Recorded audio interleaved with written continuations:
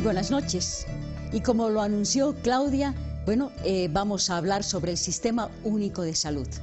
Y para hablar de este tema, hemos invitado a la primera autoridad en el asunto, la ministra de Salud, la doctora Gabriela Montaño. Bienvenida, muchas gracias por acudir a la invitación. Buenas noches, ¿cómo están? Gracias por la invitación a ustedes. Saludar a quienes nos ven en sus casas, en sus lugares de trabajo. Un gusto estar acá y un gusto también poder compartir cierta información y detalles sobre el Sistema Único de Salud. Bueno, el 1 de marzo arrancó el Sistema Único de Salud, por el cual 5 millones de personas se van a beneficiar con un seguro que no tenían. Así es, el Sistema Único de Salud va a dar cobertura en salud, va a dar atención gratuita en salud a todas aquellas personas que no tenían una cobertura de la seguridad a corto plazo, es decir, no eran parte o no estaban asegurados o no eran beneficiarios o beneficiarias de las cajas, la Caja Nacional de Salud, la Caja Petrolera, la Caja de Caminos, es decir, todos esos seguros que tenían una cobertura sobre todo a trabajadores y trabajadoras formales.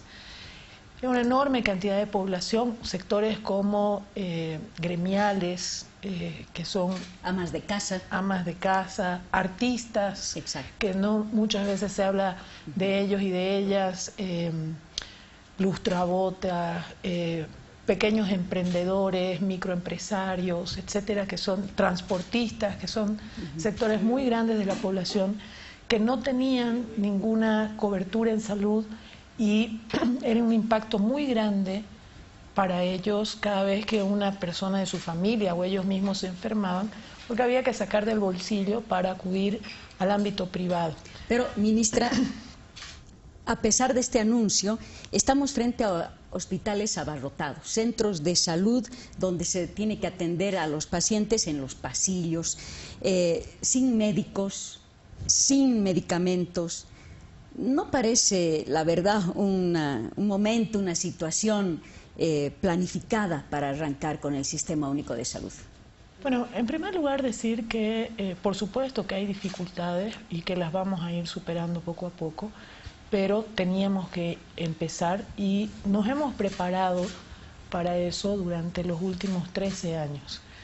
Yo le voy a poner solo 2 ejemplos. Cuando el presidente Evo Morales asumió la presidencia, en el país habían algo más de 17.000 ítems para trabajadores en salud y médicos, médicas. En estos años hemos más que duplicado esa cifra, o sea, hemos creado más de 18.000 nuevos ítems en salud. ¿Y por qué los centros de salud, principalmente los municipales, por ejemplo, dicen que no tienen los suficientes ítems y están pidiendo porque y no los traen? Porque todavía se tiene que reforzar eso. Este año, solo el 2019, estamos creando 8.000 ítems para reforzar precisamente las necesidades que puedan haber en hospitales municipales, en centros de salud, en hospitales de tercer nivel.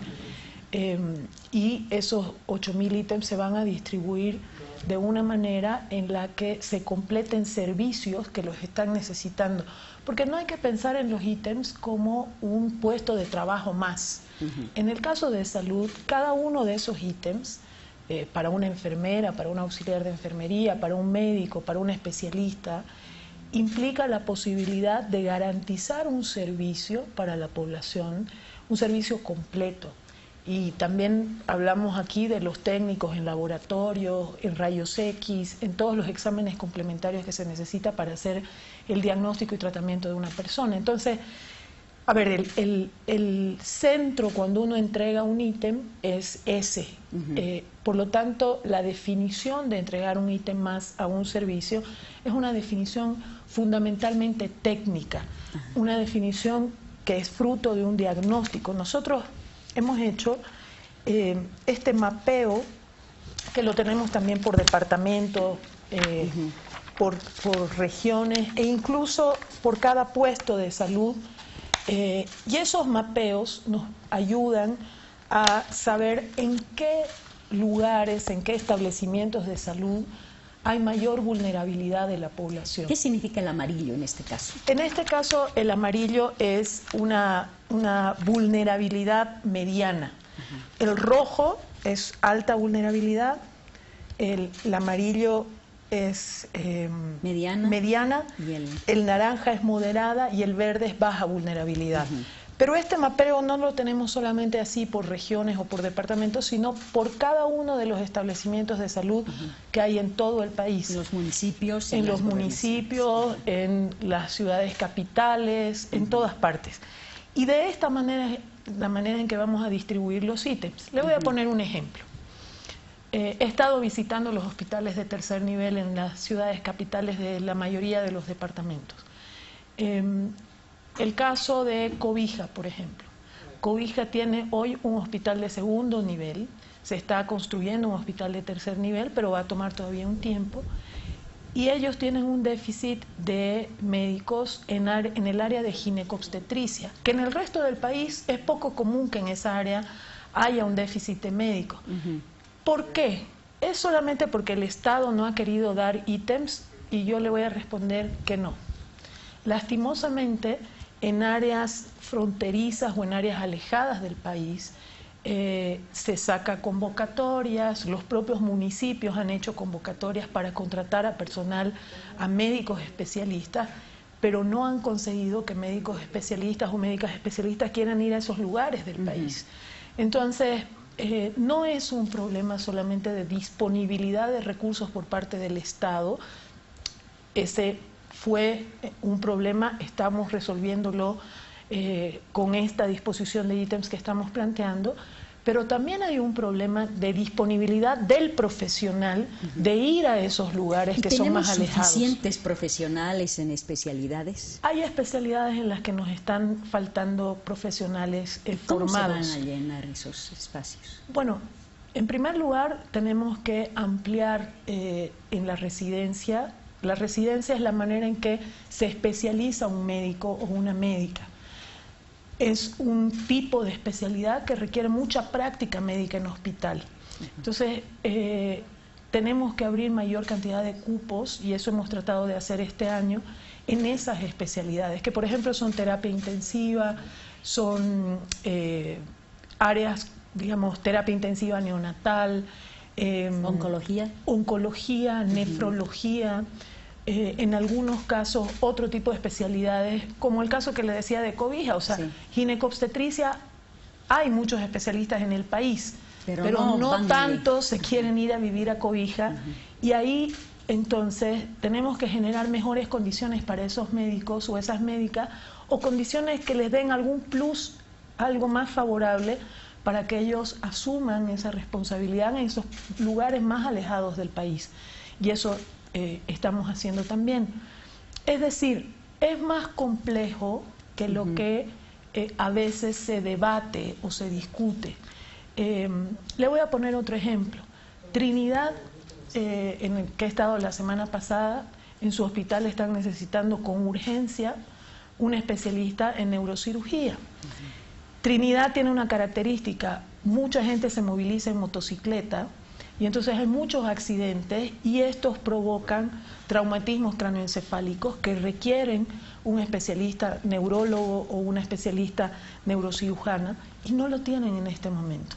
Y no es que no haya ítem disponible, hay un ítem disponible, pero no han podido llenar esa cefalía. Por eso una vía es abrir más cupos para esas especialidades en el país. Lo otro que se ha hecho es mandar a formarse especialistas fuera del país con becas. Y todo esto pretendemos nosotros que pueda cubrir esas necesidades. Pero ¿sabe qué? También hay otro tema. Hay especialistas. El otro día conversaba con un oncólogo que había llegado recién al país. Y él llegó hace 6 meses al país, ha trabajado durante 10 años en México. En México siempre trabajó él en el ámbito público, pero cuando volvió al país, que él lo hizo por temas familiares, ha ingresado a trabajar solamente en el ámbito privado. Nosotros queremos que esos médicos vengan a lo público, y creo que hay disponibilidad de esos médicos de trabajar en lo público, porque lo público genera esa labor social con la que los médicos, o la gran mayoría de los médicos y las médicas, nos identificamos cuando empezamos a estudiar nuestra carrera. El poder atender a pacientes de escasos recursos, el poder dar soluciones a la sociedad. Y lo que tenemos que hacer como sistema público es lograr atraer a esos profesionales. También, que no se queden en el ámbito privado solamente. La ley que hemos aprobado ahora para iniciar el proceso del SUS da un mecanismo que antes no teníamos, y es que además del tiempo completo que puede tener un especialista, en ciertas especialidades donde tenemos algún déficit, permite que además haga otro medio tiempo en un ámbito público. Y entonces eso hace que un especialista que puede trabajar su tiempo completo en un hospital, digamos, de tercer nivel, el otro medio tiempo pueda hacerlo en un hospital de segundo nivel y ampliar la cobertura que podríamos tener con los conocimientos y la especialidad que tiene esta persona. Usted ha citado a los hospitales de tercer nivel y, bueno, el Ministerio de Salud pretende hacerse cargo de estos hospitales. ¿No rompe con la ley de autonomías? No, para nada. O sea, los convenios intergubernativos que nosotros les hemos planteado a los 9 gobernadores del país no tienen ninguna contradicción ni con la ley marco de autonomías ni con la Constitución Política del Estado. Lastimosamente no hemos podido firmar estos convenios con 3 de los gobiernos departamentales, La Paz, Tarija y Santa Cruz, y no podemos, por ejemplo, entrar a estos hospitales de tercer nivel a invertir los recursos que tenemos programados, ni destinar los recursos humanos que tenemos programados mientras no se cierren estos convenios, pero además no podemos atender con el SUS de manera gratuita en estos hospitales. Un ejemplo, el Hospital de Clínicas en La Paz. Sabemos que el Hospital de Clínicas tiene muchas necesidades, hay un decreto que nos habilita para invertir en equipamiento e infraestructura del Hospital de Clínicas, tenemos un diagnóstico hecho de las necesidades de recursos humanos, pero mientras no podamos firmar con el gobernador Félix Pazzi el convenio intergubernativo, no vamos a poder entrar con el SUS al Hospital de Clínicas. Y no es una falta de voluntad nuestra. Nosotros hemos hecho un convenio tipo, estamos en la disposición de hacer algún ajuste. Con el gobernador Félix Pazzi nos sentamos la anterior semana. Él pidió que el convenio sea revisado por el Servicio Estatal de Autonomía y nos dé un informe técnico. Eso estamos esperando. El SEA nos va a dar un informe técnico seguramente en los próximos días y ojalá podamos avanzar a ese convenio intergubernativo. Nos hemos reunido también con el alcalde Revilla en La Paz. Estamos haciendo un trabajo técnico, operativo con la alcaldía de La Paz para poder implementar el SUS en el primer y segundo nivel, que es el primer nivel y el segundo nivel están a cargo de los municipios. No toda la población sabe que es un primer nivel, un segundo nivel, un tercer nivel. Y sí quisiera, si me da unos segunditos, explicar qué significa eso. Sí. El primer nivel son los centros de salud. Esos centros de salud, esas postas sanitarias que están cerca, generalmente más cerca a nuestras viviendas, a nuestros lugares de trabajo. Esos centros de salud que generalmente tienen consulta externa, algunos de ellos tienen la posibilidad de internar a pacientes y muchos de ellos pueden atender la gran mayoría de los problemas que tenemos en salud. ¿Urgencias? Sí, entre el 70 y el 80% de las enfermedades y los problemas de salud se deberían resolver ahí, en el centro de salud, en el centro de salud y en el primer nivel, ¿no? En esa posta sanitaria, etcétera. Si hay algo más de mayor complejidad, una enfermedad de mayor complejidad o que necesita más especialidad, están los hospitales de segundo nivel, que son municipales, los hospitales municipales, y luego los hospitales de tercer nivel, que en este momento, antes de la implementación del SUS, estaban a cargo de los gobiernos departamentales. Un ejemplo en La Paz, el Hospital de Clínicas es de tercer nivel, en Santa Cruz el San Juan de Dios o el Hospital Japonés, en Cochabamba el Hospital Viedma. Esos son hospitales de tercer nivel que estando a cargo de los gobiernos departamentales, a partir de la ley que hemos aprobado y la implementación del SUS, el gobierno nacional se haría cargo de financiar todas las prestaciones o productos en salud, es decir, la atención de salud del tercer nivel, de los pacientes que requieren tercer nivel. Entonces, todo ese sistema tiene que funcionar como un sistema. Mucha población, y por eso es parte de la saturación de los hospitales de tercer nivel y segundo nivel, en lugar de acudir al primer nivel y resolver ahí su problema de salud, recibir ahí el diagnóstico, el tratamiento de su problema de salud, salta directamente al hospital de tercer nivel. Y por eso requerimos hacer un largo proceso de educación también para la población. Cada vez que una persona, en lugar de ir al primer nivel a hacerse atender, salta al segundo o al tercer nivel, posiblemente le esté quitando la oportunidad y el espacio a una persona que sí necesita más especialidad, que sí necesita mayor tecnología para ser atendida y tratada. Intervención quirúrgica. O que necesita una intervención quirúrgica, etcétera. Entonces, debemos aprender como bolivianos y bolivianas a acudir en primera instancia a nuestro centro de salud de primer nivel. ¿Qué tiene que hacer el Estado para eso? Coordinar entre los diferentes niveles de gobierno, porque a la población no le interesa de quién es atribución, qué hospital depende de quién. Lo que le interesa es que le atiendan con calidez, con calidad en el servicio. Pero ya estamos tocando un tema político, ministra. Yo no creo que debamos mezclar lo político con la salud. La salud debe ponerse por encima de cualquier diferencia política desde nuestro punto de vista. Ese es el mandato y el encargo que tenemos de parte del presidente Evo Morales, y la implementación del SUS debe estar por encima de cualquier otra diferencia política. Pero la realidad nos dice que lo político prima.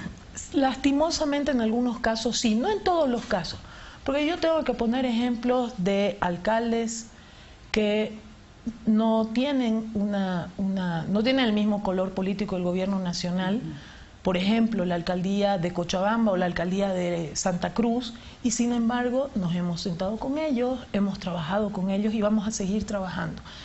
Hay otras alcaldías de provincia que están trabajando y que son alcaldías que pertenecen a una agrupación ciudadana o a fuerzas de oposición, y están trabajando porque saben que su población necesita esa atención.